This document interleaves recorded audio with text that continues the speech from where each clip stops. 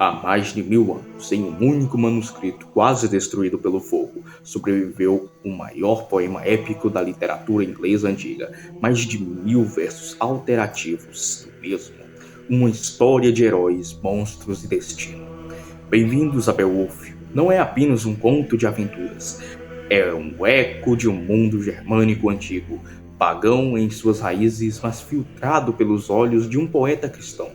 Um mundo onde a fama é a única imortalidade, onde o rei deve ser generoso e o guerreiro deve morrer bem.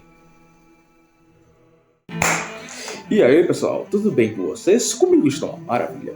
Hoje iremos sair um pouco da história para um poema, aventuras, batalhas épicas e um guerreiro que se torna rei. Espero que gostem, mas não comparem com a Ilíada e com a Odisseia. Ambas são muito boas, mas o que os anglo-saxões têm a ver com a Grécia? Bom, mesmo que vocês citem os Varangians, estaremos falando de um mito, não de um fato histórico. Isso, prepare alguma coisa para comer, deixem um like, se inscrevam, deixem algum comentário aqui embaixo, pois isso valoriza bastante os vídeos que eu produzo. E agora, fiquem com o vídeo. Bom, o poema chegou até nós em um único manuscrito, o Noel Codex, datado aproximadamente entre 975 e 1025, quase se perdeu no incêndio da biblioteca de Sir Robert em 1731. O autor do poema é anônimo, mas boa parte dos historiadores chamam e também apelidaram ele de o poeta de Beowulf. A história, porém, não se passa na Inglaterra. Ela se desenrola na Escandinávia no início do século VI, entre os dinamarqueses, também conhecido como os Stindics, e os Geats ou Gautas, o povo do sul da atual Suécia. Alguns personagens e eventos têm base histórica. Hygelac, tio de Beowulf e rei dos Geats, é mencionado por Gregório de Tours como tendo morrido em uma expedição contra os francos por volta de 520. Hrothgar e seu sobrinho Hrothud aparecem em tradições nórdicas posteriores. O poema começa com a linhagem de Sindris. Scyld-Sætfing, o lendário fundador, chega como uma criança em um navio vazio e se torna grande rei. Seu filho Beorn e seu neto Heardfandin e, finalmente, Hrothgar. Hrothgar, após muitas vitórias, constrói Heorot, o Salão do Cervo, o mais esplêndido Meadhall do Norte. Lá os guerreiros bebem, recebem anéis de ouro e ouvem o Skolp cantar a criação do mundo. Mas o som de alegria fere outro ser. Uma criatura cujo seu nome é Grendel.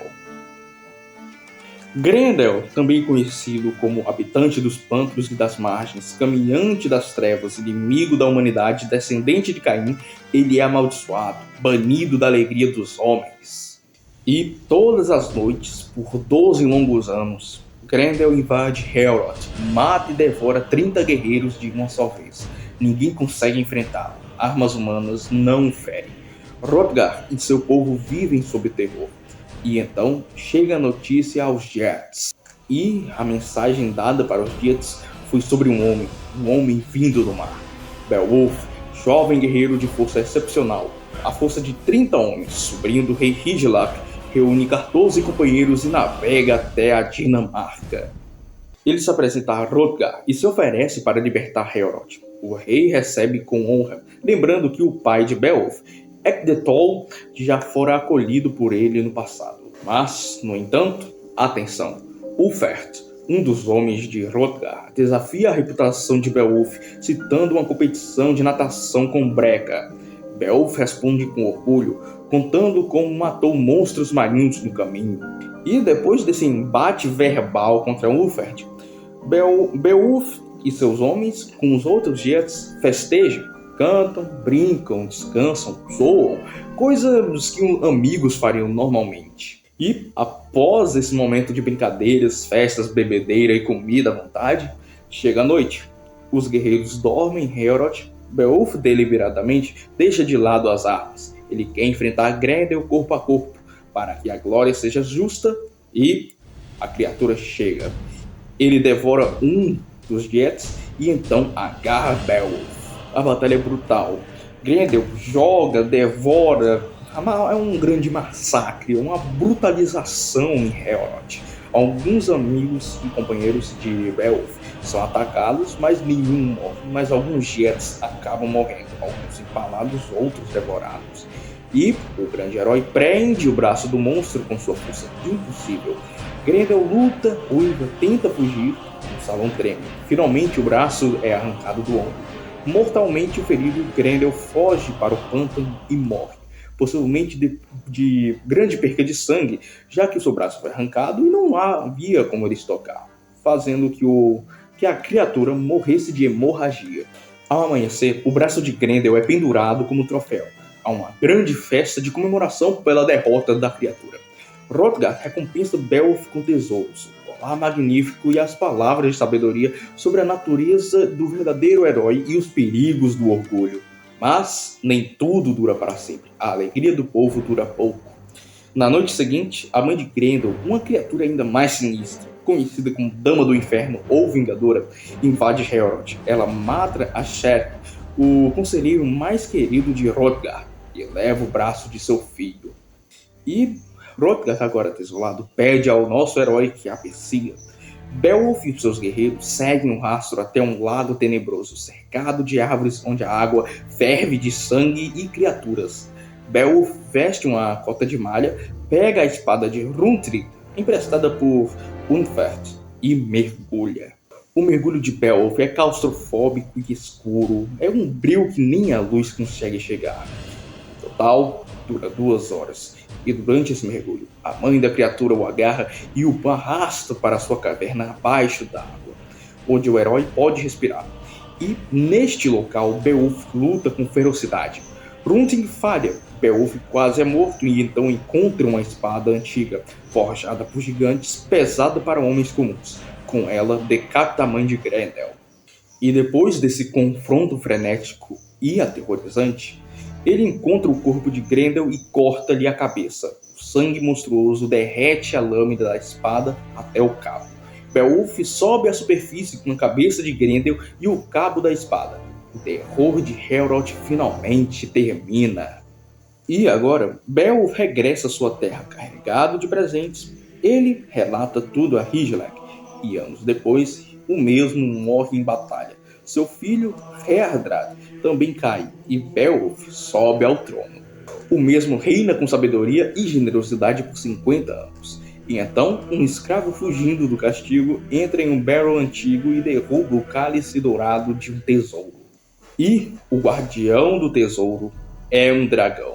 Há 300 anos ele guarda o ouro. Enfurecido, o dragão começa a queimar a terra dos Jets, destruindo casas e o próprio salão de Beowulf. E agora o velho rei, já idoso, decide enfrentar a criatura sozinho. Ele sabe que pode ser sua última luta, mas o mesmo ordena que um escudo de ferro seja feito e parte com os 11 guerreiros. E diante a entrada de Beowulf desafia o dragão. A luta é brutal. A espada Nedling, a herança da família, estilhaça-se contra o crânio da besta.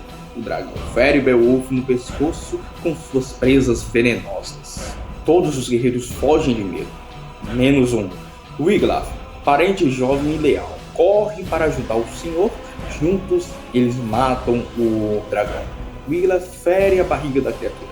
Beowulf, com a última força, enterra a faca no corpo do monstro. Mas o veneno já corre pelas veias do rei. Beowulf ordena que Wiglaf traga parte do tesouro para que ele veja antes de morrer. Contempla o ouro, dá instruções para o seu funeral e entrega o colar e a armadura a Wiglaf. E, como suas últimas palavras, eu governei meu povo por 50 invernos. Não busquei brigas injustas. Agora sigo.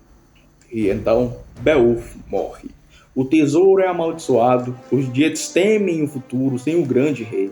Seu corpo é queimado em uma pira e um barrel é erguido no alto de um promontório.